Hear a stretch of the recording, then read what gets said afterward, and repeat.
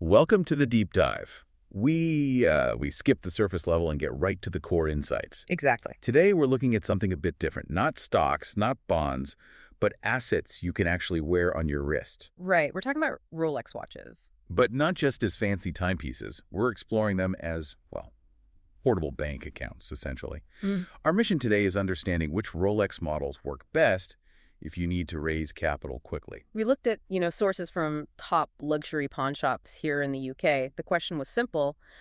Which watches do they see as the most reliable, the most liquid collateral? So, if you needed a significant loan fast, which specific Rolex gives you the strongest financing options? That's the core question we're tackling. Okay, but first, why Rolex? What makes them the sort of gold standard for this kind of thing? Well, it really boils down to three main things. First, you've got absolutely massive brand recognition, unparalleled, really. It was Rolex. Pretty much. Second, there's incredibly consistent global demand. Someone, somewhere, always wants one. Which means the lender knows they can move it if they have to. Precisely. And third, they have a proven history of holding value. Often, they actually appreciate over time. That just minimizes the risk factor for the lender. Okay, that makes sense. Risk mitigation. Exactly. Now, before we even get to the list of models, there's a golden rule. We absolutely have to stress this. Okay, what's the rule? To get the maximum loan offer, the watch needs to be, well, perfect. Or as close as possible. We're talking excellent condition, the original box, all the documentation, and, this is key, strong provenance. Right, provenance. Let's unpack that for a second because that feels important. It's the documented history of who owned it, where it came from. Right. Spot on. So why is that specific detail, the box, the papers, so critical when we're talking about, say, a rare 50,000-pound watch? Because it completely removes the biggest headache for the pawnbroker, authentication. Proving it's real. Exactly. If you walk in with the full set, the original papers, the warranty card, the box, the lender knows almost instantly that what they're holding is genuine. No doubts. And that speed and certainty, Yeah.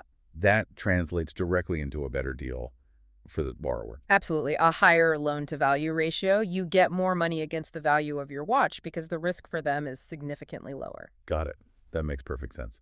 Okay, so we've got our top 10 list. We've grouped them thematically, not just a straight countdown. Yeah, starting with the models that are probably the safest bets, the most dependable in terms of sheer liquidity. All right, let's get into it. Section 1, versatility, dependability, and maybe that sort of understated luxury. Okay, let's kick off high on the list, actually, with a model known for appealing to a really broad market. It's the Oyster Perpetual, coming in at number 2.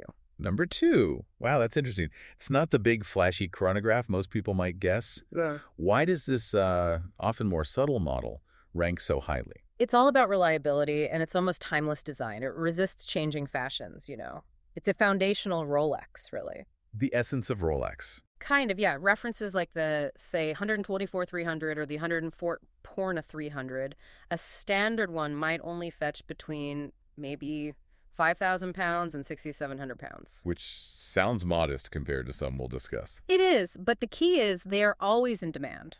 Always. They represent stable, reliable collateral for a pawnbroker. They know they can find a buyer easily. So it's pure liquidity.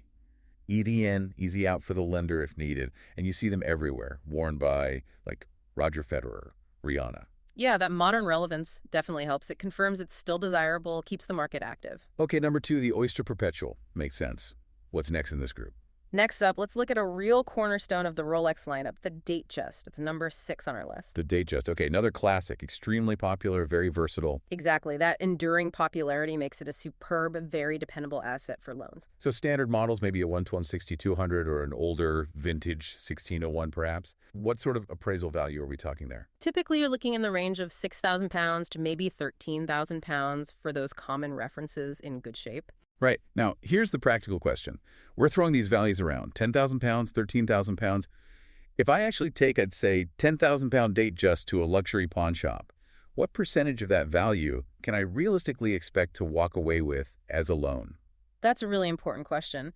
It varies a bit between lenders, of course, but for something as liquid and desirable as a complete Datejust set, you're generally looking at a loan-to-value ratio, or LTV, somewhere in the 60% to 75% range. 60 to 75%. Yeah. The lower the perceived risk for the pawnbroker, the higher that percentage offer tends to be. So on our 10,000-pound watch, that's 6,000 to 7,500 pounds available pretty much immediately. Yeah.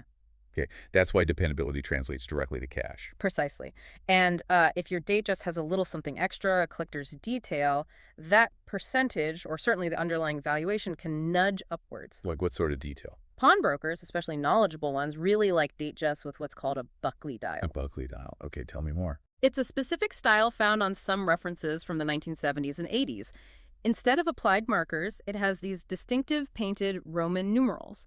It's quite sought after by collectors. So a relatively small aesthetic difference. Exactly. That specific dial quirk can significantly elevate the appraisal value and make the loan offer even stronger. It shows you've got something a bit special. Okay, let's move on. Section 2, the real heavy hitters, the iconic sports chronographs. These are the ones known for rarity, history, and that pop culture connection, right? Absolutely. These are often the headline grabbers, and we have to start with the king, the absolute #1 on the list, the Rolex Submariner. Number 1. No surprise there, I suppose. Probably the most famous watch in the world. It really is. You could argue it's the most iconic timepiece ever created, full stop. Its value just keeps climbing, partly reputation, partly scarcity. So what are the key references people should know?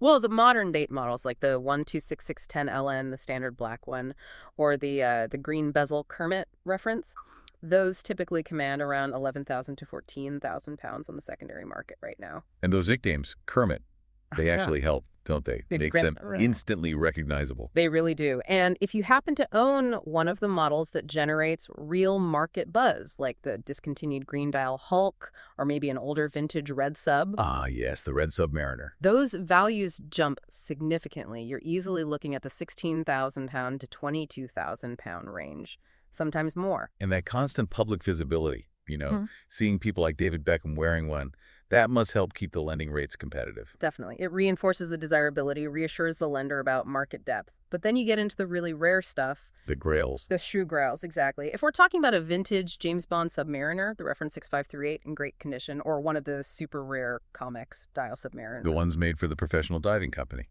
That's right. For those, you can expect valuations starting at 50,000 pounds and going way, way up from there. Wow. For a luxury pawnbroker, seeing one of those walk in the door, that's an instant yes.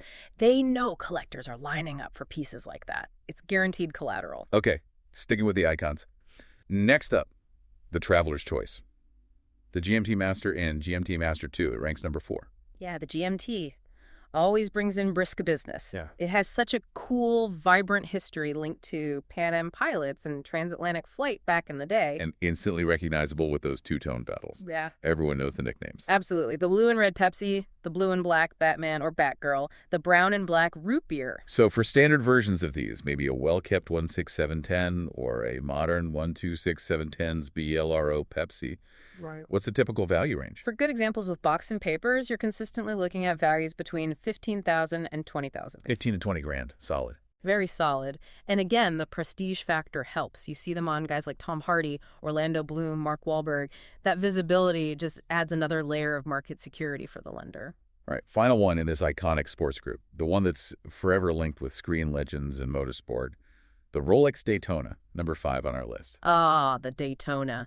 Just pure cool, isn't it? Synonymous with high performance, speed, luxury. And extremely hard to get from a dealer. Which drives up the secondary market value, naturally.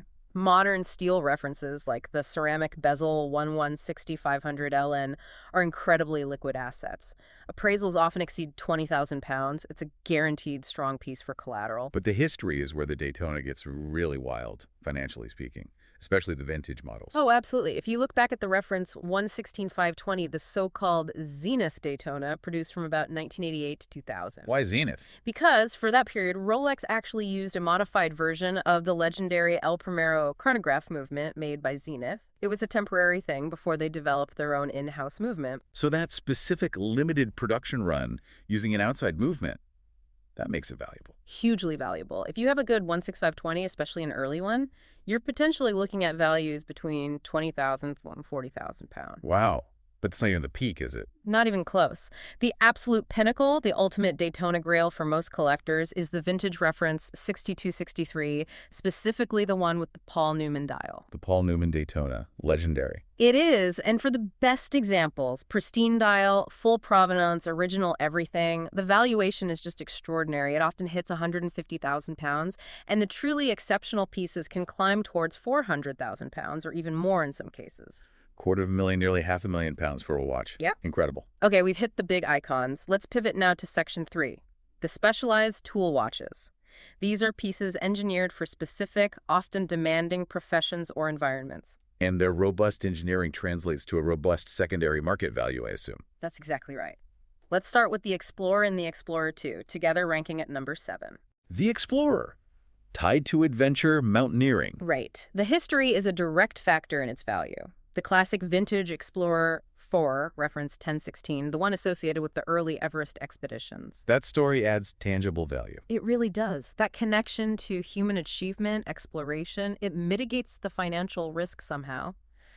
Pawning a nice vintage 1016 can easily fetch loan offers based on valuations up to £23,000. And truly near-mint examples, full set, have gone well past £40,000. Wow. What about the Explorer 2? The Explorer 2 has its own unique appeal, especially the first reference, the 1655. It's often nicknamed the Steve McQueen, although whether he actually wore one is debated. But the nickname speaks. It does, and collectors love it specifically for its, well, its slightly quirky design. It has that fixed 24-hour bezel and the very distinctive large orange GMT hand. That funky orange hand. That specific, unusual aesthetic choice directly translates into secondary market value.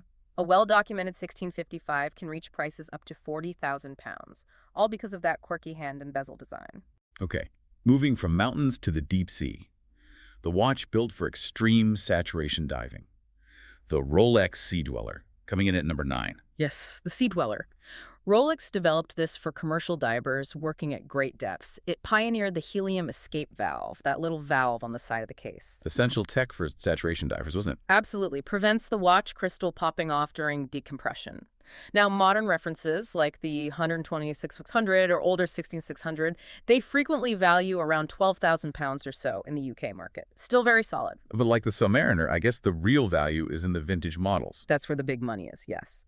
The key reference for the best loan offers is the Vintage Prize, the double red Sea Dweller, reference 1665. Double red. Why double red? Because on the early dials, the words Sea Dweller and Submariner 2000 were printed in red ink, one line above the other. Later versions switched to all white text. Ah, so again, a specific dial detail drives the value massively. Massively. That unique look, the two lines of red text, depending on the condition, the patina on the dial, the service history, and crucially, the completeness of the set. Its value can range from a very healthy £25,000 all the way up to an astonishing £90,000. £90,000 for 2 lines of red text, essentially. Amazing. Our final tool watch in this section is the Rolex Milgauss, number 8 on the list. Maybe less famous than the Sub or GMT, but technically fascinating. You're the Gauss. That relates to magnetism, doesn't it? Exactly. It was designed back in 1956 specifically for scientists, engineers, people working in environments with strong magnetic fields like early particle accelerators at CERN. The name Milgauss means 1000 Gauss, the level of magnetic resistance. Okay, so a very specific purpose. What about the modern ones? The modern references, especially the 106-400 GV with its distinctive green-tinted sapphire crystal. That green crystal is pretty cool. It is, yeah. That one and the version with the electric Z blue dial are quite striking and very liquid. They typically trade between about £8,000 and £10,500. And I heard they were recently discontinued. They were, which has caused a surge in interest in prices. Now you're often seeing them exceed £12,000 on the secondary market quite easily. Discontinuation always adds a premium. Makes sense. What about vintage Milgauss models? The vintage significance is huge here too. There's the reference 1019, which had a more minimalist, understated look and was produced for a long time, from the 60s to the late 80s. Good examples can be valued around £30,000. $30,000. Still strong. Very strong. But the original, the first Milgauss, reference 6541, that's extremely rare. It has this very cool, unique lightning bolt seconds hand. A lightning bolt hand. Seriously. Seriously, if you find an original 6541, especially with documentation, appraisals can easily reach 6 figures. It's a proper collector's piece. Okay, let's move into our final section. Section 4. Niche and regal rarities. These are models that may be less known to the general public, but highly valued by collectors, right? Exactly. But these might surprise some people with their ranking. Let's start with the Rolex Cellini, which comes in quite high at number 3. Number 3. Wow. The Cellini. That's primarily a dress watch line, isn't it? Not a sports model at all. That's right. And its high ranking does surprise people. But collectors love the Cellini for its more regal aesthetic, its elegance. It's not a tool watch, it's pure dress watch. So why is it such strong collateral then, if it's not as widely known? Its appeal as collateral lies in a couple of things. Technical complexity in some models and niche rarity.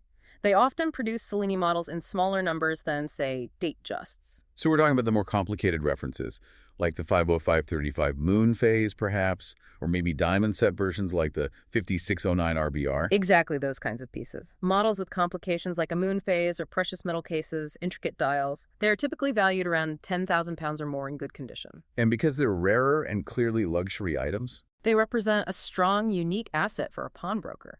It diversifies their holdings beyond just sports models. And, of course, as with any high-end piece, provenance matters. A Cellini previously owned by an A-lister, someone like Daniel Day-Lewis or Nicole Kidman, gets an immediate bump in desirability and value. okay, Cellini at number 3. Fascinating. Finally, we reach our 10th entry. You describe this one as a magnificent rarity embodying 1970s design. The Rolex King Midas, ranking number 10. Ah, the King Midas. Yes, this is a truly remarkable and quite unusual piece from Rolex history. Very 70s. What makes it so special? Its design is totally unique. It has this heavy, angular, asymmetrical case and a fully integrated bracelet.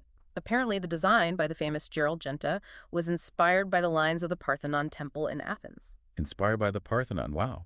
That's quite a concept for a watch. It is. It's like a piece of sculpture for the wrist. It's made of solid gold. Very heavy. And crucially, these weren't mass-produced, were they? No, not at all. These were genuinely limited editions. The original runs were capped at just 1,000 pieces, each individually numbered on the side. True exclusivity. Which is why they appraise so strongly, despite being less famous. Typical appraisals for well-preserved examples are in the 20,000 pounds to 35,000 pounds range. 20 to 35,000. That's serious value for a niche vintage piece. Absolutely. And that value rises significantly if you have one of the early numbered antique editions, especially if it still has its original, uniquely shaped box and any documentation proving its provenance. It's a statement piece, and collectors pay for that statement. Okay, so that's our top 10. A fascinating mix of icons, tool watches, and rarities. What's the big picture takeaway for someone listening? What does this all mean? I think the main point is clear. These specific Rolex models, when they're in good shape and complete, are recognized globally as highly portable assets. They have real-world, guaranteed liquidity. They're not just watches, they're almost like a form of currency. In a way, yes. Expert luxury pawnbrokers actively seek them out because they know the secondary market demand is consistently strong. It doesn't really matter if the economy dips slightly. These top-tier watches tend to hold their value or even increase. The risk is low. And speaking of experts, you mentioned the source for a lot of this insight comes from a particular luxury pawn shop founder in London, David Sonnenthal. He has a pretty interesting background himself, doesn't he? He really does. It gives him a unique lens on value, I think. Before he became a pioneer in high-end pawnbroking in the UK, David actually had a whole other successful career. Which was? He was a professional actor. Quite successful, too. He actually won the prestigious Perrier Award for acting at the Edinburgh Fringe Festival back in 1996. Wow, from Perrier award-winning actor to luxury asset expert. That's quite a pivot. Isn't it? He sort of transitioned from assessing performance on stage to assessing the performance of assets on the secondary market. And he hasn't left the limelight entirely either. He's still the resident dealer on that Channel 4 TV show, 4 Rooms. Ah, yes. 4 Rooms, where people bring unique items to sell to dealers. That's the one. It just highlights how having an eye for quality, for performance, for inherent worth, it's a transferable skill, whether it's acting or appraising a vintage Rolex. It's a great bit of context, and it underlines why this kind of high-end, asset-based lending is so specialized. You need real expertise. We should probably stress that crucial condition factor one last time, though. Absolutely vital. For those really special pieces, the vintage Paul Newman Daytonas, the double red Sea Dwellers, the early Milgauss having the original documentation, the box, the papers, the service history, strong provenance, that is what makes the loan process smooth and maximizes the appraisal value. every single time. Even if general guidelines might seem a bit lighter for extremely rare cases, the full set is always king. Okay, let's wrap this up. We always like to leave our listeners with a final, maybe provocative thought to chew on. Right. Tying back to what we've discussed, think about that concept of value transference. We've seen example after example today. How tiny details translate into huge value. Exactly. How small, purely aesthetic design choices. The specific font of painted Roman numerals on a Buckley dial, the exact shade of orange on an Explorer 2's GMT hand, the vivid green tint of a Milgauss crystal, how these things translate directly into tens of thousands of pounds in liquid asset value. It's fascinating. It's not just the raw materials, the gold or the steel. It's something else. So the thought to leave you with is this. What other non-monetary elements contribute to making an object financially invaluable? We talked about history, a connection to Everest climbing. We talked about celebrity association, Paul Newman, Steve McQueen. We talked about unique design quirks. What else is there? Maybe the subtle texture of a particular dial finish. The story behind a limited edition, the scarcity itself, it really makes you think about where true measurable value comes from. It's often built into the story, the rarity, the design, isn't it? Something to definitely mull over next time you see a classic watch. Thanks for joining us. We'll see you on the next Deep Dive.